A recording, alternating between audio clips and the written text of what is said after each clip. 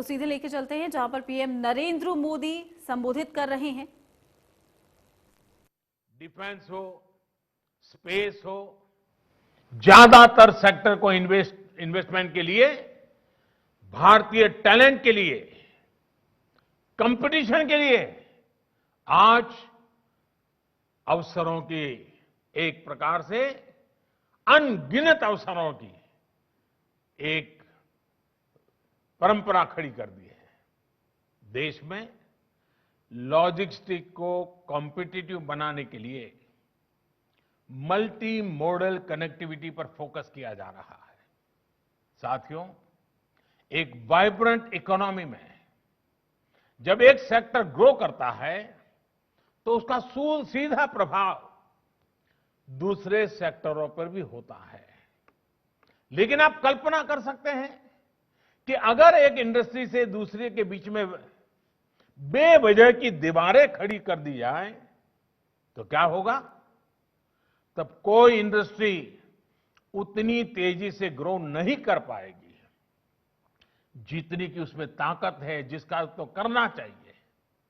एक इंडस्ट्री किसी तरह ग्रो भी करेगी तो उसका प्रभाव दूसरे सेक्टर पर भी कभी नहीं पड़ेगा। अलग अलग सेक्टर्स में इस दीवार ने देश की अर्थव्यवस्था का बहुत नुकसान किया है, सामान्य मानवीय का नुकसान किया है। अब देश में जो रिफॉर्म हो रहे हैं वो इन दीवारों को हटाने का काम कर रहे हैं। अभी हाल ही में जो एग्रीकल्चर रिफॉर्म्स हुए हैं वो इसी की एक कड़ी है। एग्रीकल्चर सेक्टर और उससे जुड़े अन्य क्षेत्रों, चाहे वो एग्रीकल्चर इंफ्रास्ट्रक्चर हो, फूड प्रोसेसिंग हो, स्टोरेज हो, कोल्ड चेन हो, इनके बीच पहले हमने ही ऐसी दीवारें देखी हैं। अब ये सभी दीवारें हटाई जा रही हैं, सभी अड़चनें हटाई जा रही हैं। इन दीवारों के हटने के बाद, इन रिफॉर्म्स के बाद किसानों को नए बाजार मिलेंगे, नए विकल्प मिलेंगे, उन्हें टेक्नोलॉजी का ज्यादा लाभ मिलेगा। देश का कोल्ड स्टोरेज इंफ्रास्ट्रक्चर आधुनिक होगा। इन सब से कृषि क्षेत्र में ज्यादा निवेश होगा और इन सबका सबसे ज्यादा फायदा अगर किसी को होने वाला है तो मेरे देश के किसान को होने वाला है।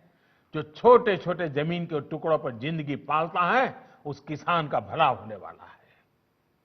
हमारे देश की अर्थव्यवस्था को अलग अलग सेक्टर्स में दीवारें नहीं, ज्यादा से ज्यादा ब्रिजेज चाहिए ताकि वो एक दूसरे का सपोर्ट कर सके।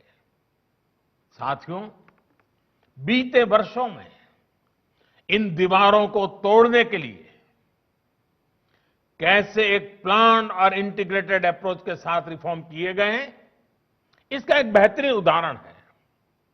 देश के करोड़ों लोगों का फाइनेंशियल इंक्लूजन अब हम बैंकिंग इंक्लूजन के से मोस्ट इंक्लूसिव देशों में शामिल हो गए हैं।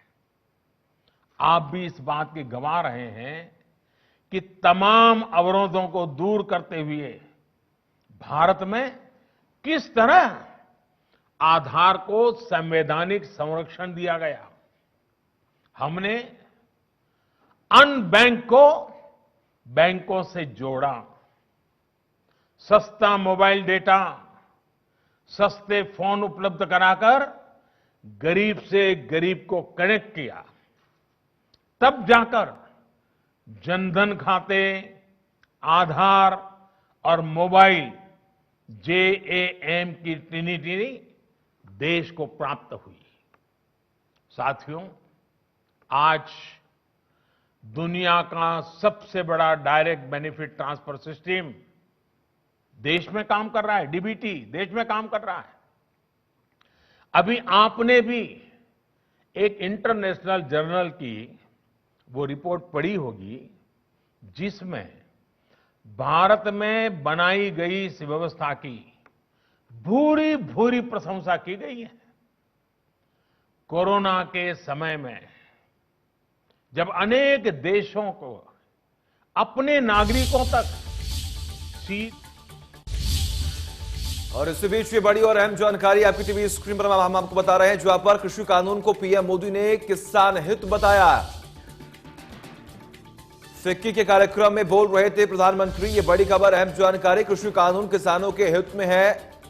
पीएम ने यह जिक्र किया है, छोटे किसानों को कृषि कानून से फायदा होगा।